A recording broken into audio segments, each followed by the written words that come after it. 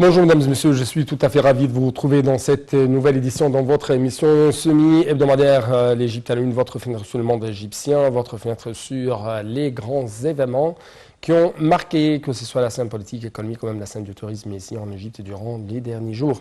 Très vite, donc nous allons commencer cette nouvelle tournée dans le monde égyptien par les activités présidentielles. Avec plus de précision, on trouve que le président Abdel Fattah el-Sisi examine la stratégie de développement des usines et des entreprises de production militaire. Avec plus de précision, le président Abdel Fattah el-Sisi s'est réuni hier avec le Premier ministre, Dr Moustapha Madbouli, ministre d'État pour la production militaire, Mohamed Ahmed Morsi. Donc pour bien sûr discuter de ce sujet. Salam Marabi va vous donner plus d'explications justement dans ce petit reportage.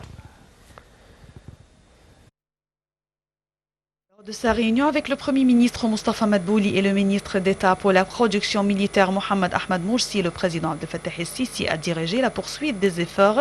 visant à développer des entreprises et des usines affiliées au ministère de la production militaire, surtout à la lumière de son rôle important dans le développement de l'économie nationale, l'avancement de l'industrie nationale, ainsi que la mise en œuvre de divers projets nationaux à travers la République, en plus de son rôle principal dans la production et le développement d'équipements militaires. Le président el-Sisi a également dirigé le renforcement de la coopération avec les grandes entreprises internationales spécialisées ayant une longue expérience dans la poursuite de l'acquisition de la technologie moderne et de son installation en Égypte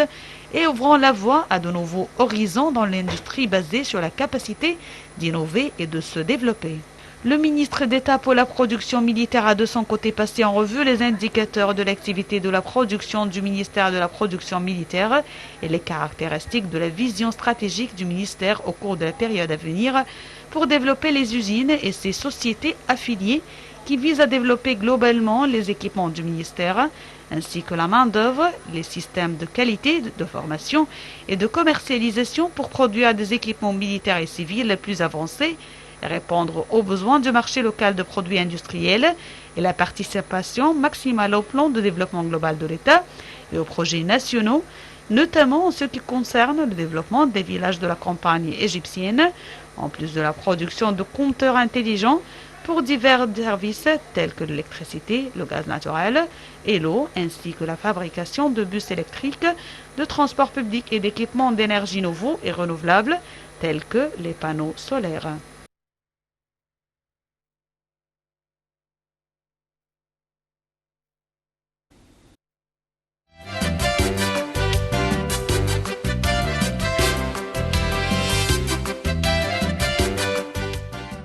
Régional, avec plus de précision sur le plan de relations fraternelles qui relie l'Égypte et le Soudan. Le président Abdel Fattah el-Sisi a reçu hier la ministre soudanaise des Affaires étrangères, Dr Mariam As-Sadiq Al-Mahdi, et ce en présence du ministre des Affaires étrangères, M. Samah Choukri, et de l'ambassadeur du Soudan au Caire, M. Mohamed Elias.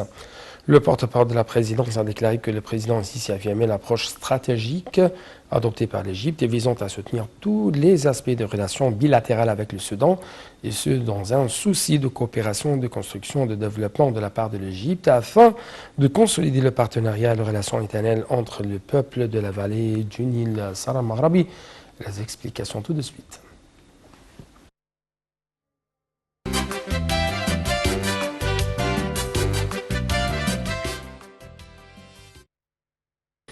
Lors de son entretien avec la ministre soudanaise des Affaires étrangères, Dr Mariam Al-Sadiq Al-Mahdi, le président Abdel Fattah el-Sisi a transmis ses salutations à ses frères, le chef du Conseil souverain soudanais, le général Abdel Fattah el-Burhan, et le premier ministre soudanais, M. Abdallah Hamdok.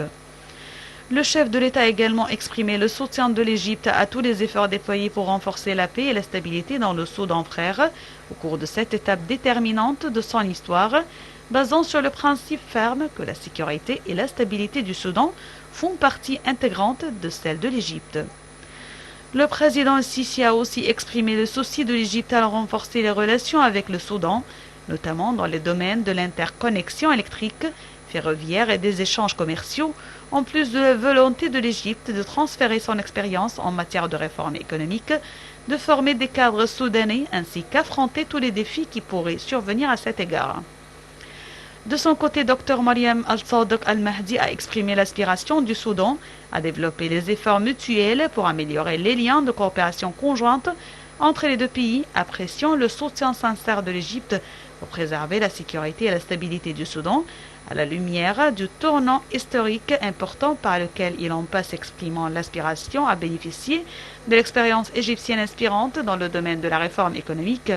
qui a remporté un grand succès. Selon le porte-parole de la présidence, la réunion a porté également sur les échanges de points de vue sur la question du barrage de la Renaissance, alors que le président Abdel Fattah el-Sisi a mis l'accent sur la position ferme de l'Égypte, sur la nécessité de parvenir à un accord juridique concernant le remplissage et le fonctionnement du barrage, mettant en considération de ne pas nuire aux deux pays en aval et de préserver leurs droits en eau.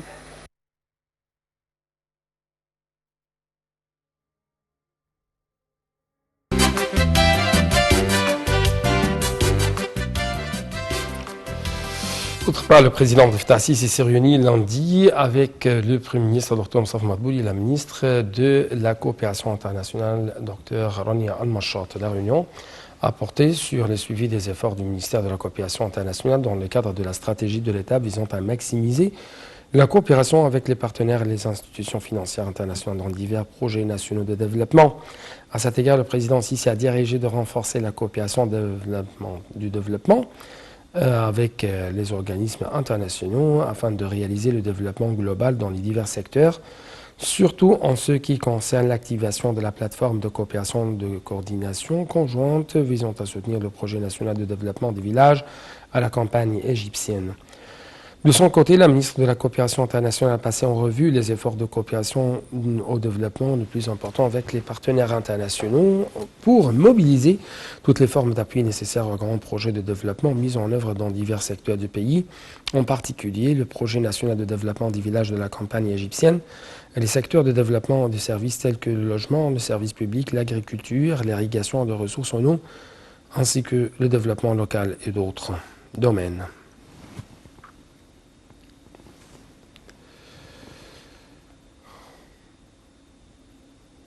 Nous poursuivons toujours les activités déployées par le président Abdel Fattah el-Sisi durant les derniers jours. Justement, à cet égard, on trouve que le président Abdel Fattah el-Sisi s'est réuni lundi avec le Premier ministre Moustapha Madbouli, le ministre de la Justice, le conseiller Omar Marwan. Le porte-parole de la présidence a déclaré que la réunion avait porté sur le développement des travaux du registre foncier et des efforts du gouvernement à cet égard. Le président Sisi a de même examiné les efforts déployés pour faciliter les procédures aux citoyens concernant l'enregistrement de propriété, ordonnant à cet égard de reporter la mise en œuvre de la loi numéro 186 de 2020, modifiant la loi du registre foncier pour une période transitoire d'au moins 2 ans afin de donner l'occasion, le temps pour un dialogue communautaire pour que le gouvernement prépare un projet de loi qui comble ce retard. Le chef de l'État a également ordonné que pendant cette période transitoire, une valeur fixe, réduite et claire soit perçue lors de l'enregistrement de propriété en fonction de la superficie, du type et des propriétés. Dans ce contexte-là, le ministre de la Justice a évoqué les efforts du gouvernement pour fournir des logements aux habitants des bidonvilles, ainsi que l'élimination de constructions sans permis. Le président Sisi a ordonné d'étudier la création d'une ville pour la justice dans la nouvelle capitale administrative, incluant un complexe central pour les tribunaux, un centre d'études et d'autres installations de services connexes, tout en fournissant diverses unités de logement pour les employés de l'administration, l'appareil gouvernemental, y compris les membres des autorités, des organes judiciaires, des travailleurs du ministère de la Justice.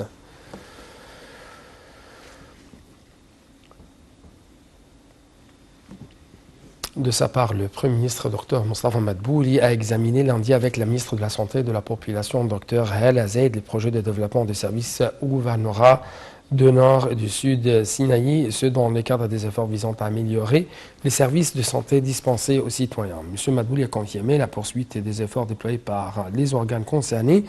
de l'État pour mettre en œuvre le plan de développement du Sinaï conformément aux directives présenté par le président de Fattah el-Sisi à cet égard. Dans un rapport soumis à M. Madbouli, Mme Zaid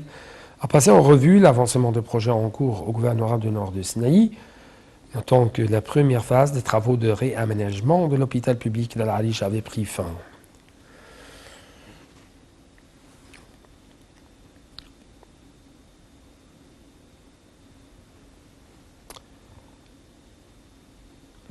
L'action africaine commune est tout à fait importante. Donc, c'est une grande déclaration faite par son Excellence le ministre égyptien des Affaires étrangères, M. Samar Choukri, avec plus de précision. Le chef de la diplomatie a affirmé lundi l'importance de l'action africaine commune qui contribue remarquablement à la réalisation de la paix en tant que base du développement dans le continent. M. Choukri a fait cette déclaration dans une allocution prononcée à la séance inaugurale de la deuxième édition du Forum d'Assouan pour la paix et le développement durable, organisé sur le thème « Façonner la nouvelle situation normale en Afrique, une reprise plus forte et une construction meilleure », avec la participation de dirigeants, même des chefs d'État, du gouvernement, ainsi que de hauts responsables des pays africains. Selon M. Choukri, les participants au forum ont apprécié l'intérêt accordé par le président Abdel Fattah al-Sisi à s'adresser à ses frères africains à la séance inaugurale, ce qui renforce la volonté politique d'œuvrer pour faire face aux défis africains. Cette deuxième édition du forum, tenue virtuellement par l'Égypte, est consacrée aux effets de la crise du coronavirus sur l'Afrique, incluant tous les volets, et consacrée également aux solutions nécessaires pour y faire face.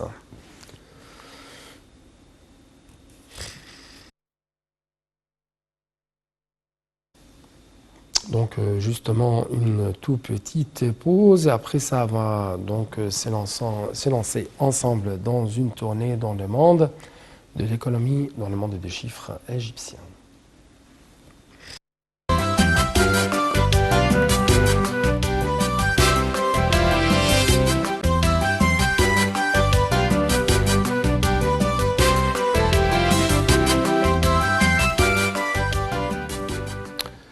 Donc à la une de cette tournée dans le monde de l'économie égyptienne, c'est l'agence américaine Bloomberg qui a affirmé dans un rapport publié vendredi sur son site web que le président Abdel Fattah al-Sisi conduisait un processus majeur de réforme de l'infrastructure en Égypte. Et les explications tout de suite.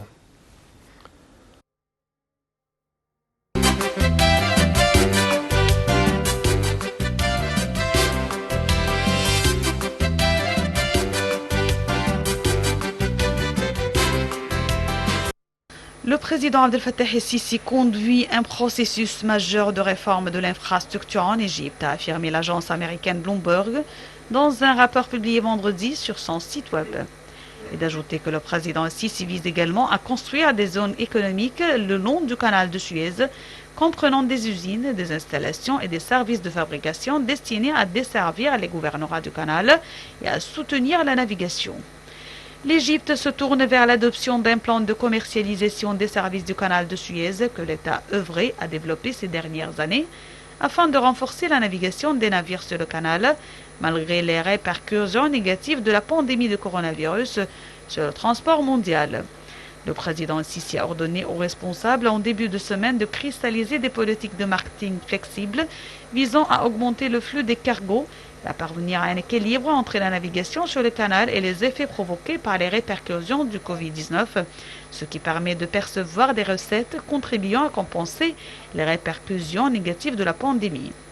Cette démarche intervient à un moment où les pays du monde souffrent à la suspension du trafic aérien et de ses effets négatifs sur l'activité touristique à l'échelle mondiale, ajoute l'agence, signalant que le gouvernement égyptien vise à percevoir des recettes du canal de Suez en attirant plus de navires qui traversent le canal.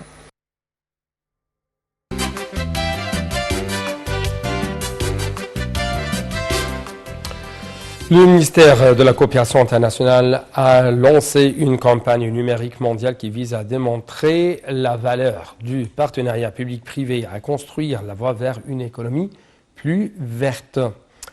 La campagne, qui s'inscrit dans le cadre du récit des partenariats mondiaux du ministère, présentera plusieurs témoignages de la part du secteur privé, notamment des entrepreneurs ainsi que des micro, petites et moyennes entreprises, la force dynamique de la croissance économique soutenue par l'Égypte. La série de campagnes sera diffusée sur les canaux sociaux et numériques ciblant un public jeune et national et mondial également. La série a commencé sur l'histoire du partenariat entre le ministère égyptien de la coopération internationale et le Fonds saoudien pour le développement SFD, pour financer l'IND pour la construction et l'énergie solaire, l'une des startups du secteur privé travaillant à la construction du projet de l'Égypte, le parc solaire de Bemban.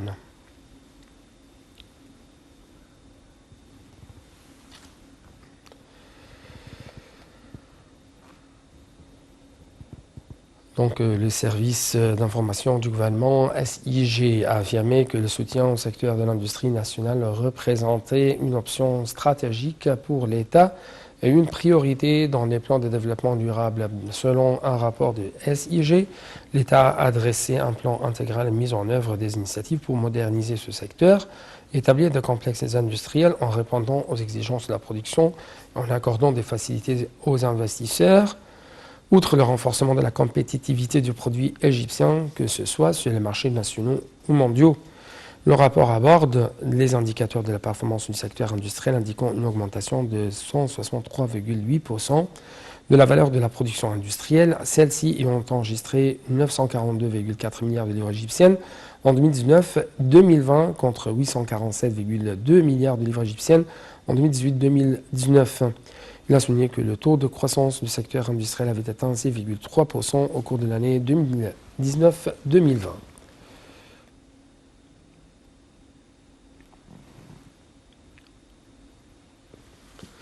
Le ministre du Développement local, Mahmoud Sha'rawi, a annoncé que le projet national pour le développement communautaire, humain et local, intitulé Mashrouak ou ton projet, avait contribué à la mise en place de 1779 projets en janvier avec des prix estimés à 333 millions de livres égyptiennes, créant 12 000 emplois dans les divers gouvernorats. Ce Sha'rawi a indiqué également que 165 779 projets avec des prix estimés à 17,17 milliards de livres égyptiennes avaient été exécutés dans le cadre de Mashrouak, fournissant plus d'1 million d'emplois.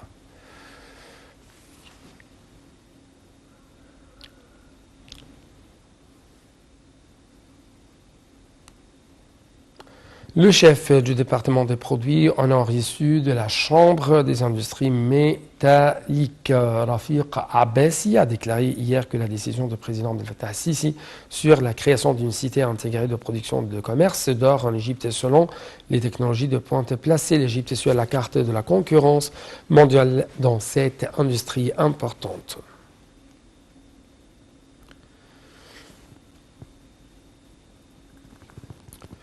Le ministre du Transport, Kamel Ouazir, s'est entretenu lundi avec l'ambassadeur de Jordanie en Caire, Amjad Abdelilah, de la promotion du commerce entre les deux pays, en éliminant tous les obstacles dans le port d'arrivée, en facilitant le transport de produits égyptiens vers la Jordanie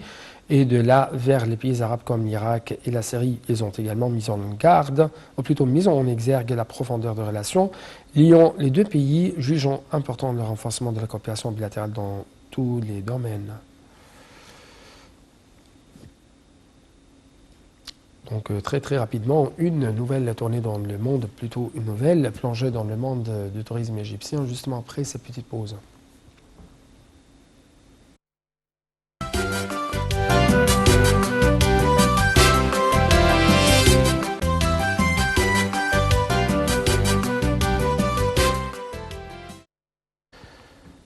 Donc, très rapidement, le conseil d'administration du Musée national de la civilisation a examiné les derniers développements concernant le lancement du site web du musée. La société en charge de la conception de ce site a présenté lors de la réunion du conseil d'administration ses différentes rubriques. Le Musée national de la civilisation égyptienne est situé près du fort de Babylone, donnant sur Ain au cœur de la ville historique de Fostat, dans l'ancienne ville du Caire. Le ministère du Tourisme et des Antiquités a lancé une campagne pour nettoyer et entretenir des statues sur les places publiques dans tout le gouvernorat de la République. Cette campagne a été entamée samedi dernier dans le gouvernorat d'Assouan où une équipe spécialisée de restaurateurs de la zone archéologique d'Assouan a effectué des travaux de nettoyage et d'entretien de certaines statues. L'équipe de travail doit terminer successivement les travaux d'entretien et de nettoyage de toutes les statues dans le gouvernorat. Cette campagne reflète le souci du ministère du Tourisme et des Antiquités d'exposer de manière adéquate les statues et les œuvres d'art égyptiennes situées sur les places publiques.